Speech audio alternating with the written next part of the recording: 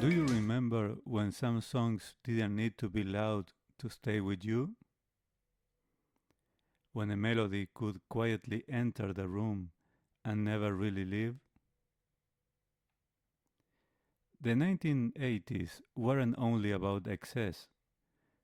Yes, there were big choruses, bright colors, and fast tempos. But there was another side of the decade, calmer, reflective, almost cinematic. Evenings matter more.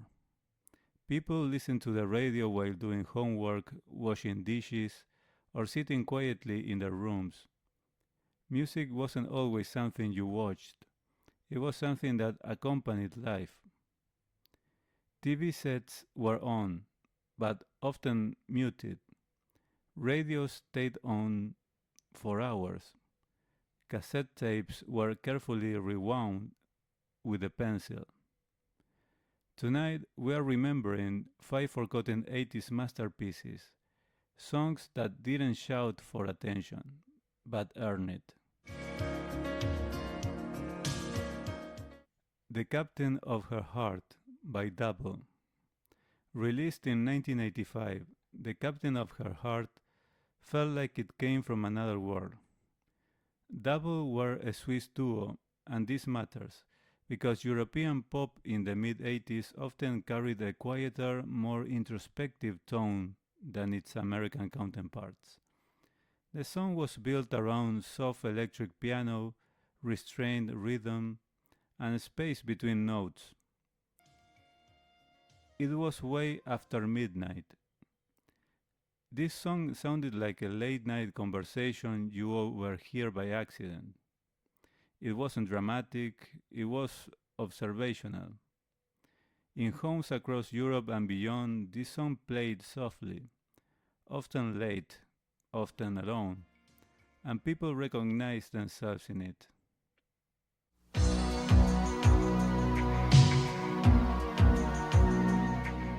Drive by the Cars. Drive is one of those songs that feels heavier than it sounds. Released in 1984, it arrived at a time when many people were beginning to feel the emotional cost of constant motion. The Cars were known for slick, modern pop rock, but Drive slowed everything down. Sung by Benjamin Orr, the song carries a vulnerability that contrasts sharply with the band's usual polish. Who's gonna drive you home tonight? That question hit people quietly. It wasn't about transportation, it was about care. And in an era when independence was celebrated, this song gently asked whether someone would still be there when things slowed.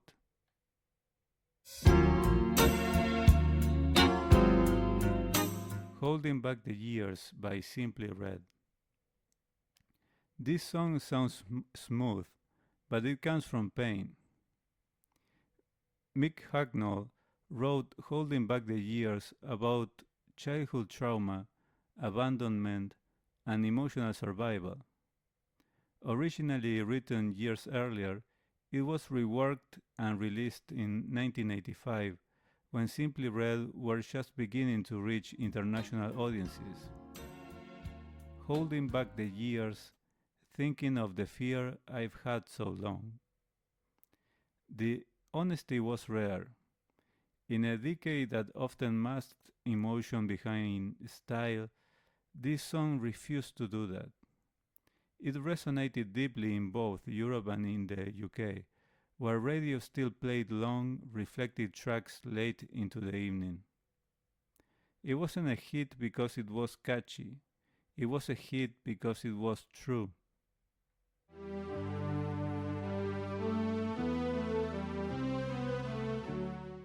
Wonderful Life by Black or Colin Barkham. Wonderful Life is one of the most misunderstood songs of the 80s. Released in 1987, it sounds optimistic, almost serene, but it was written during one of the darkest periods of Colin Barkham's life, after personal and professional setbacks. No need to run and hide. This wasn't denial, it was defiance. The minimal arrangement, drum machine, gentle keyboard, restrained vocals gave the song space to breathe. In many European countries, this song became a quiet companion during late night radio programs. It reminded people that sometimes saying it's a wonderful life, it's an act of courage.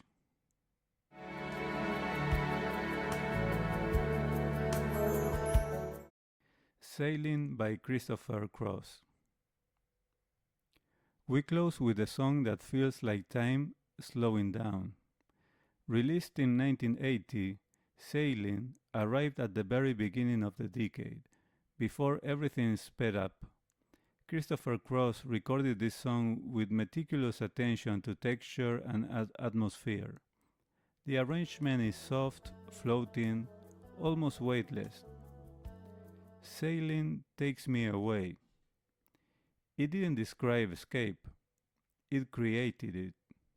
This song lived on radios, in cars, in quiet Sunday afternoons.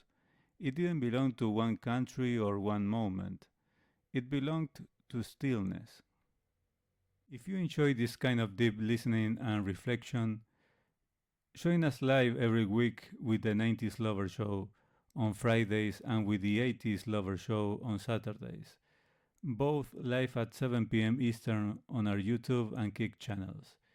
I first start the YouTube live stream for around 10 minutes, just to allow people some time to gather as a kind of waiting room, and then we continue the full show live stream on Kick, where we can play full music, video clips with no restrictions.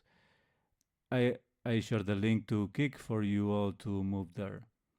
And on Kick is where things really come alive, with the 4 show segments, your song request, live voting, your voice messages on air, and even phone calls to share memories, stories, and reflections connected to the music and life. You can participate or simply listen, and if you feel like participating, you can do it on the Kick's live stream chat or by leaving comments on the main post of our public Facebook group, which allows more space to write. Join our public group on Facebook by searching for RetroLovers Radio 80s and 90s Nostalgia. Make sure also to subscribe on YouTube and turn on the notification bell. And keep an eye on all the 6 extra monthly special shows as well. These songs weren't played at parties. They lived in bedrooms, in cars, at night, on late radio shows, or during moments when people needed calm. They didn't compete with the world. They softened it. What connects these songs is not nostalgia, it's restraint. They trusted silence. They trusted simplicity. They trusted the listener. And sometimes those are the songs that stay with us the longest. So, do you remember hearing one of these songs late at night? Which one feels closest to you today? Which one still slows everything down when it plays? Please share your memory in the comments. So, do you remember now? This music gave you joy. Now, let this moment receive that feeling. Alright, everyone, thank you so much for being here in another episode. See you all in the next one. I'm Mick, and this was Retro Lovers Radio.